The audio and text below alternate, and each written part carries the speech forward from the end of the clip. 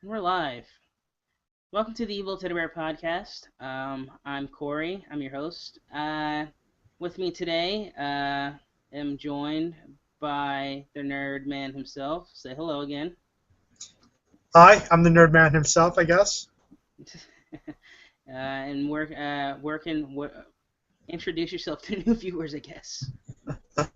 Well, I'm Poner Supreme. I'm Mike Phelps. I'm the host of Talk Nerdy to Me, and I love to basically talk about the geeky and anything that's nerdy at heart. Robert Williams falls right into that category with the sci-fi stuff he's done, and that's one of the reasons that the news of his passing was such a shock to me. I'm still a little, I don't believe it's really true type of mindset. It's going to take a little while for it to actually sink in and for me to be able to work through the passing of one of my heroes, someone that was sort of like watching his career growing up. I mean, I know he was on Happy Days, but Mork and Mindy, which was in '81, I want to say, which was where I started watching him. That was the first show that I watched with Robert Williams, and it was what sort of spawned my love for sci-fi and comedy. And he was sort of the catalyst that brought me into the world of sci-fi. And I will always be grateful to Robert Williams for doing that. Oh, that's very touching, dude. Yeah, if anybody hasn't heard, Robin Williams, one of the greatest not only actors but comedians and just one of the most inspiring people of at least I know our generation and generations before us. He's passed away. He's gone at the age of 63.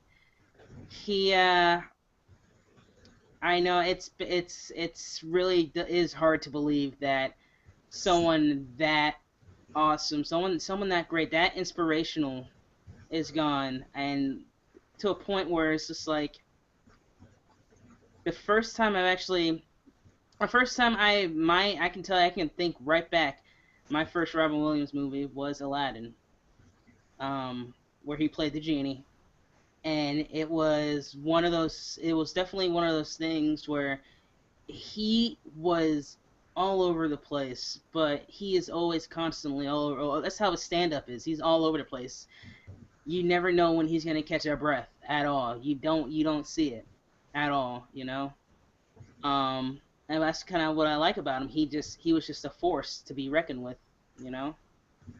Um, it's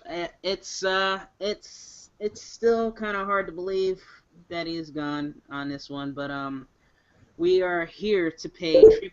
Mike was gracious enough that last minute to come in and sit down with me to do this. You know, I was actually when I first found out, I was actually at work. Um, I was taking my 15-minute break, and I just saw on the news. I saw in the break room that he was gone. He was gone. It was even worse when you find out uh, how allegedly. I'm gonna say allegedly because they haven't really did an official statement. How he, you know, how he passed away. You know, um, because you wouldn't think somebody like that would do something like that. You know, but you never know what goes through people's minds. You know what they're thinking at night. Like the only person who knows what's going on is yourself. You know, you can be happy one minute and on the outside and miserable on the inside. Do you know what I mean? I completely agree with where you're coming from with that. I mean, it just goes back to the Dead Poet Society. One of his lines from that movie has always been inspirational for me. You must strive to find your own voice because the longer you wait to begin, the less likely you are to find it at all. And he was somebody that not only found his own voice in a crowd of actors, but he shared that voice with the world to bring it joy and just bring laughs to the downtrodden. I mean, the works he actually acted in are amazing. I mean, Night at the Museum. That's supposed to be actually having a third segment and having him in, not having that movie with him as Teddy Roosevelt is something that's going to be, well, they actually made it before he passed, but if there's any more installments in that saga, he's not going to actually be in the movie. And he was someone that was sort of made that saga what it was as Teddy Roosevelt. Yeah. And what I actually like about the comedies that he's done, he's very funny. I loved him as Teddy Roosevelt, especially in the second one where you get to see him as just a head, and he's very jealous that there's a Teddy Roosevelt out there with a body. That made me laugh completely. He's like, "Oh, why don't you go talk to your Teddy Roosevelt friend with a body," which this thought was actually pretty funny. Yes, it was. I don't know. It's just weird. One of my favorite also roles, and this is no surprise to anybody, especially if anybody asks my mom, Mrs. Doubtfire. Mrs. Doubtfire was definitely one of my favorite roles because first off, you kind of did see the whole bosom buddy, but it was kind of like the bosom buddies thing, but it was about a father who just really he didn't want to be out of his kid's life, He wanted to be there, but he just screwed up so much that, he got divorced and he had to dress up like a woman just to even be there, It was funny, completely funny, especially the scene where the social worker comes over to his apartment and Mrs. Doubtfire is there. He's trying to become Mrs. Doubtfire while she's there, putting on a fat suit and everything, and he had the face messes up, and he has to dip his face into this whole big thing of pie. Just stands up, pulls his head out of the refrigerator, and I'm like, "Hello!" So that was one of the best scenes of that movie itself. I mean, if I was going to have anyone as a transvestite nanny, it would have to be Robert Williams. Just the antics that he did in that movie spoke loads for how he was able to tap in and turn the funny on and off. I mean, because there were serious scenes in that movie that he actually nailed, and then there was comedic scenes where he basically just did what he had to. I mean, any actor that can turn the funny on and off like he was able to deserves your respect in some shape and or fashion. Yeah, and actually, I'm bringing up that also one of my favorite roles of him, of his, is from Good Will Hunting. I loved him. I really did, and not just because it's it's a really good film. He plays Sean, his Will's therapist in it. And of course, every time, and this is the one scene everybody always says that gets them. It's not your fault scene. It's just like, it's not your fault. It's not your fault. I was like, yeah, I know. It's not your fault, Will. It's not, and it just keeps going until Matt Damon starts breaking down completely. He's like, "Don't you do this. Don't you do this, Sean. Don't you fucking do this." And it's just like,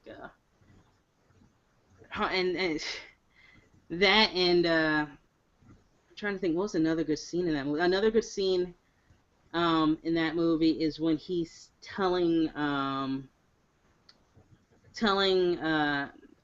Will about the day he met his wife, or not even the day his wife. He knew about that he really loved his wife.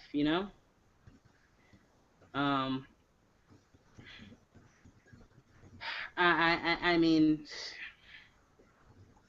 it's I don't know. It's just the emotion he was able to tap into as an actor is something that is rare.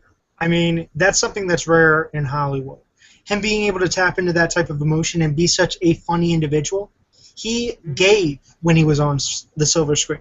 He gave a part of himself in every production that he was a part of. And it showed in the way that he actually acted in those roles ever since Happy Days. Yeah. Um, he did. Yeah, he definitely gave himself. I mean, even if it was just like the tiniest role, he still, you know. Um, I I don't know. I mean, like it's still really I'm still speechless about the whole thing. I've been like this for about a couple hours now, you know. Um, I mean, he's been an iconic and been acting for years. Like you said, Mork and Mindy. Actually, one of my favorite, and this is some Hollywood I think would call it a flop, but it still has a really big cult following. Popeye. He was our Popeye. He still is our Popeye. You know, because there has not really been another live action Popeye movie at all. See, the role that I would actually say that he was most inspirational for me would have to be, like you were saying, Aladdin. The trilogy itself, those Yeah. 3 films, and the spin-offs that he was voiced for and everything else. Those were something that sort of stuck with me. I mean, Flubber was another one that was one of my favorites from the same year that Good Will Hunting was actually made. Yeah. Flubber was amazing. I mean, to pull off talking to a green puddle and actually make it seem like it's your son, come on, how many people can actually do that? Yeah, I mean, especially back then when like CG was still pretty new and like acting opposite just like this animated thing was pretty. It's not even just one animated thing, two animated things, really. You know? Cuz that robot was kind of half animated, half not, you know. Um but yeah. And yeah, it's I was trying to find that quote, one of the quotes that I really liked from Good Will Hunting on here, but I don't see it on here. On, but okay, so let me ask you something. What what was your first like introduction to Robin Williams for you? Mork and Mindy. Mork and Mindy? Mork and Mindy was actually, I saw that in, I want to say, 1989. I was 3.5 to 4 years old. I basically, it just came on TV, and it was just this alien. I had a huge thing with just extraterrestrials and just sci-fi growing up. So, like I said before, Mork and Mindy would have to be what was sort of the catalyst for bringing me into that genre. And just the whole sideways, live long and prosper, nanu nanu, that was something that always stuck with me. It was something that resonated with me as a young child. It just, I mean, it was a relatively short show. It was only on for a few seasons, but it was an amazing show. I mean, for the time that it was done, I think it was pretty interesting.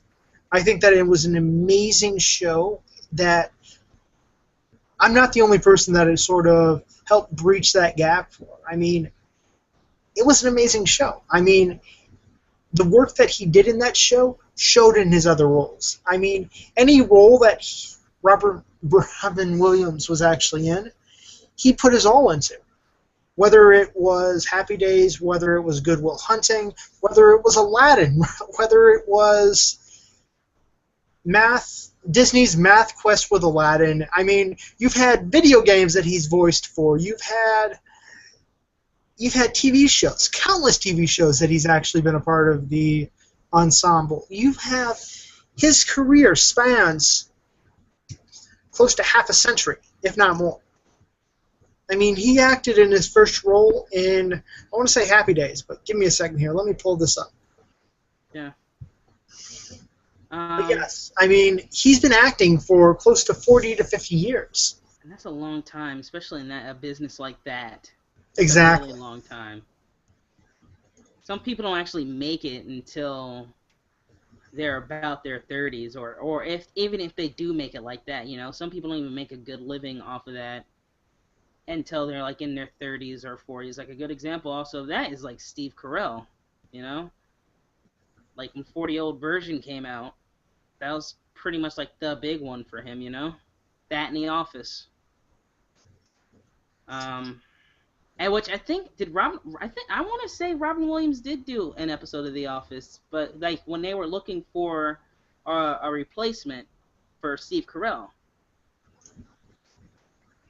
possibly.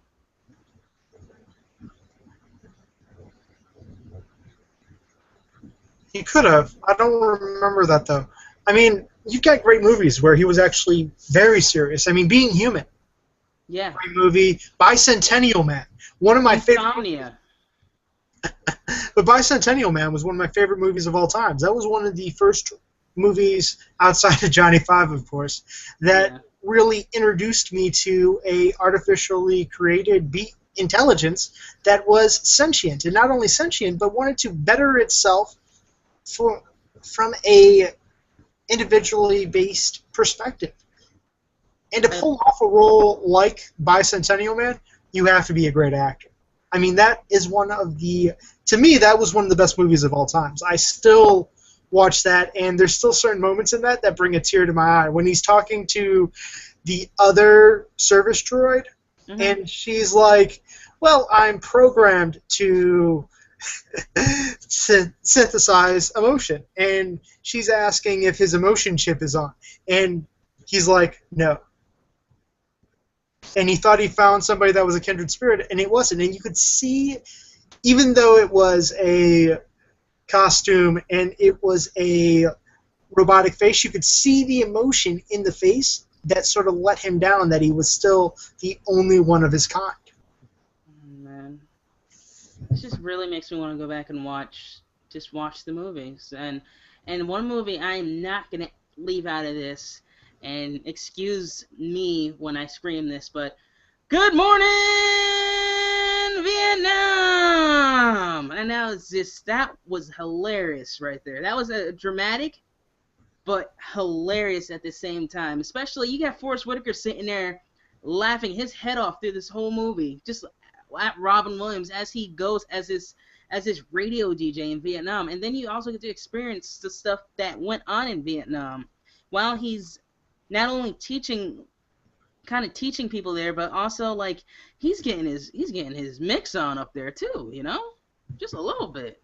But see, the best thing about Robin Williams itself, though, was the USO work he did. I mean, he actually did go over to war zones and actually do a comedic stand-up routine for our armed forces in war zones. He's done that in multi-theaters. He's done that on more than one occasion. I mean, he's someone that put his life in danger to entertain the masses, to give back to a community that he's already given so much to, which is something that just speaks loads for his character at its core context itself. Yeah. Do you remember, I want to say it was the Oscars that he hosted as himself, but do you remember they had a musical number? Very cool. During it, there is a musical number where they kind of went through a couple different, I think, melodies. One of the songs that they sung on there was Blame Canada. And Robin Williams was headlining it. It was hilarious. Like, you just see him doing this thing with his hands, going like, blame Canada, blame Canada. It's just like, you would never think they would do something like, especially like at the Oscars or Academy Awards, But yeah, it was. I think at that point, it was South Park. The movie had just come out.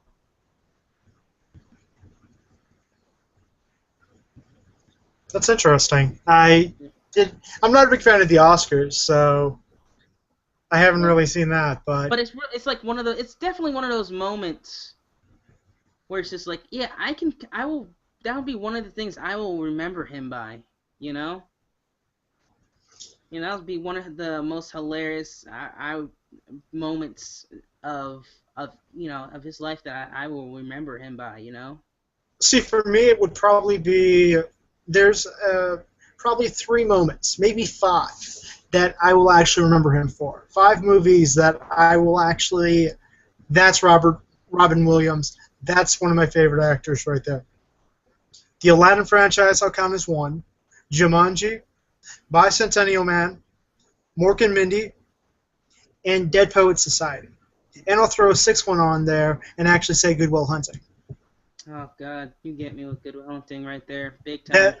But those 5 that I actually said originally, Dead Poets Society in high school was one of my favorite movies. I mean, that movie sort of pulled at my heartstrings because of just how emotionally driven it is and just what you actually see in that movie. I mean, you actually get to see the many faces of Robin Williams in that movie. But that's not the only movie you can actually say that about. There's a lot of movies out there where he actually plays the full spectrum of emotional reaction. And to be able to pull that in one movie takes true skill.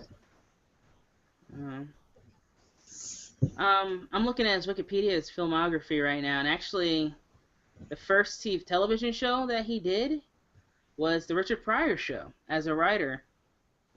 But as a straight actor, 8 is Enough. That's a really old TV show, but yeah.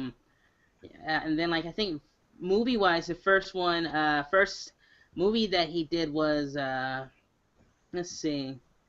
Are you sure it was the Richard Pryor Show? Because I'm showing from IMDb that it was Can I Do It? It might be early. Right? It says Richard Pryor on here, 1977. Yeah, but you also have Can I Do It Till I Need Glasses at 1977 too. You actually have 4. I'm going through television. Television wise, film wise, yeah, because they have it split up in 2 different things. Film wise, it is Can I Do It Till I Need Glasses, which was himself. But his first character role, it looks like they have it listed on here as Popeye. As his first film character role, at least. And was that in 1980? Yes, 1980. Okay. So during that, he was still doing Mork and Mindy. Yeah, because Mork and Mindy was 79, I think. Yeah, that was 79 to. Give me a second here. I'm going to let up myself. 1978 to 1982. So it was for about 3 or 4 seasons. Yeah, that's actually pretty good for a TV show that long. That back. For that early, yeah. I mean, to actually span a few seasons at the beginning of the 80s. Mm-hmm. How many TV shows did you actually have coming in and out of Hollywood at that time? Yeah, and most of those TV shows were just awesome. Let's see, what's another good Robin Williams movie? Hook. This is where he played Peter Pan. Hook was one of the top ones, but I would have to go From Time to Time.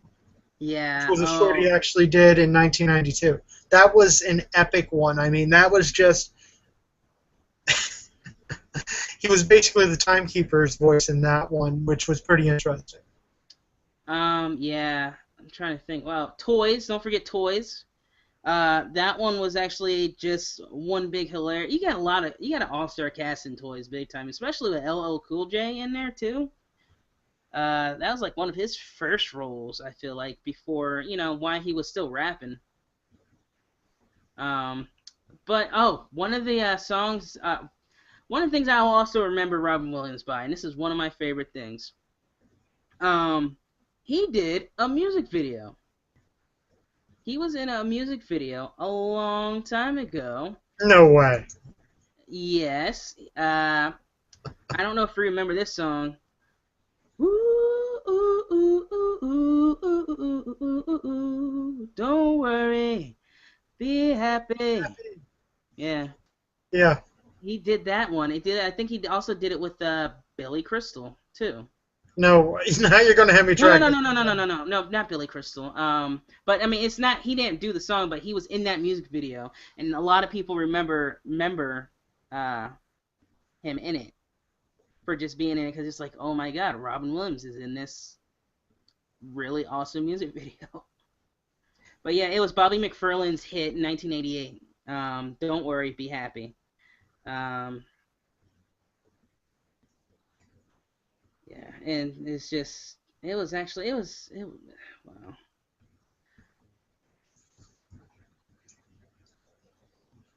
I know his So if daughter, you could his daughter, actually, here's one for you. yeah. If you could actually be in any Robert Williams film, which Robert Williams would you want to meet and why?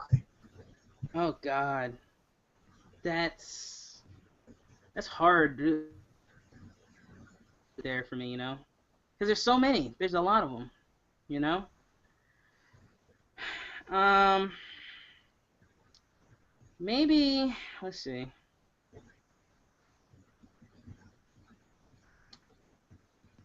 Maybe for me it would have to be.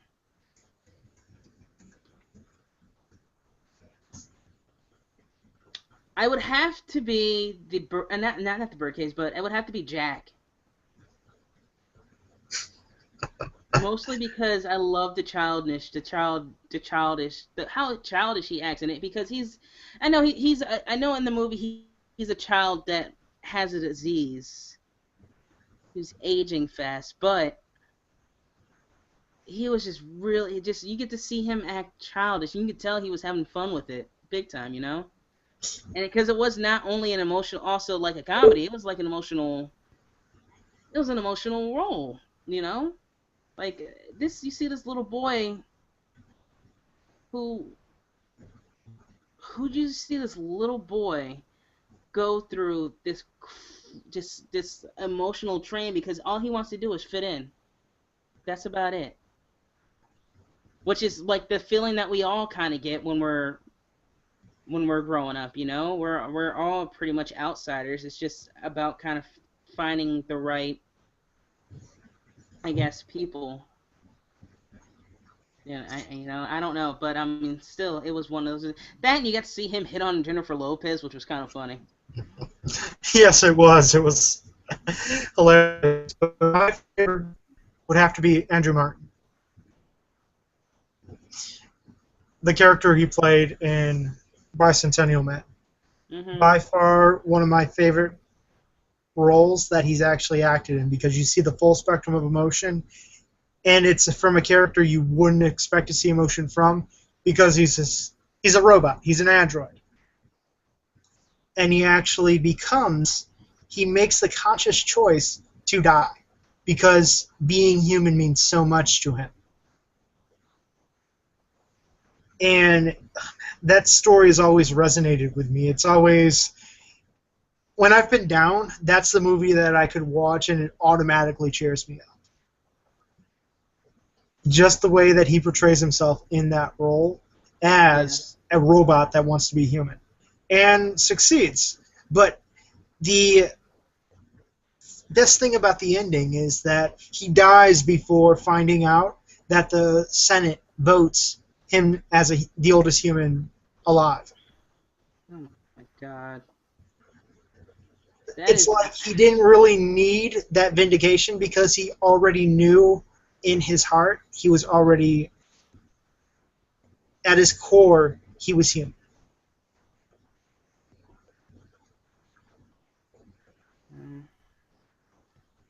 uh, I mean, there's so much we can. I mean, there's so much to his career that we could talk about, big time. Just, We could be here for hours. we can be here for hours.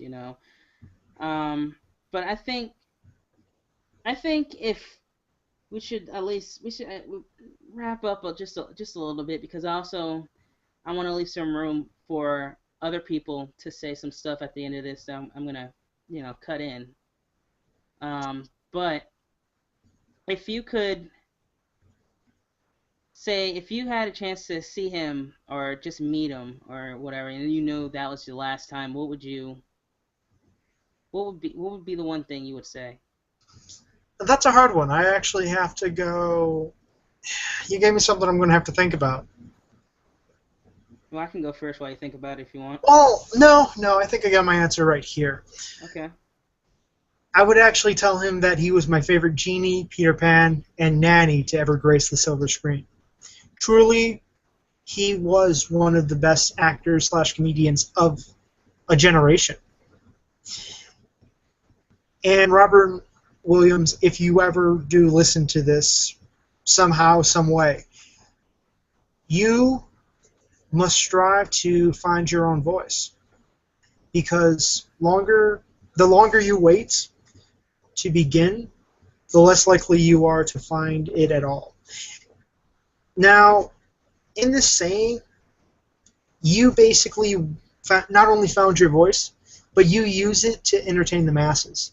You brought hope to the downtrodden. You basically went into war zones, into theaters of war, and actually entertained and used your gift of comedy to help brighten up the day of a soldier in a war zone.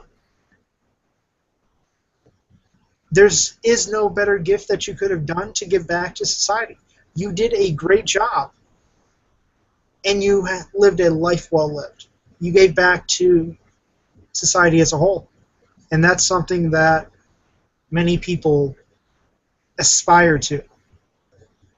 And to people like me, like Corey here, you are an inspiration to us all. And thank you for everything that you've done. Me, I would It have would to be your say, turn. I would, I would have to say two things. Nanu, Nanu. All right. You took the words out of my mouth. Nanu, Nanu.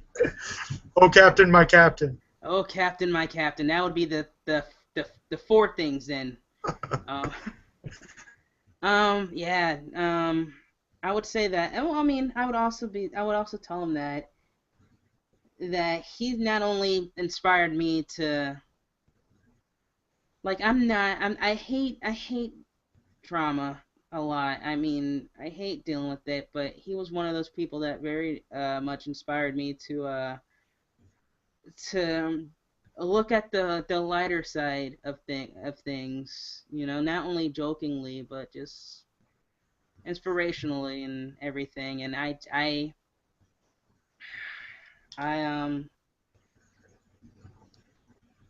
it's kind of hard to talk about it a little bit. I've never met the man. I know I haven't never met the man, but I mean, he was still an inspiration, and he just kind of inspired me to go to the path of being the funny man rather than being the you know, just serious about everything all the time, you know. Uh,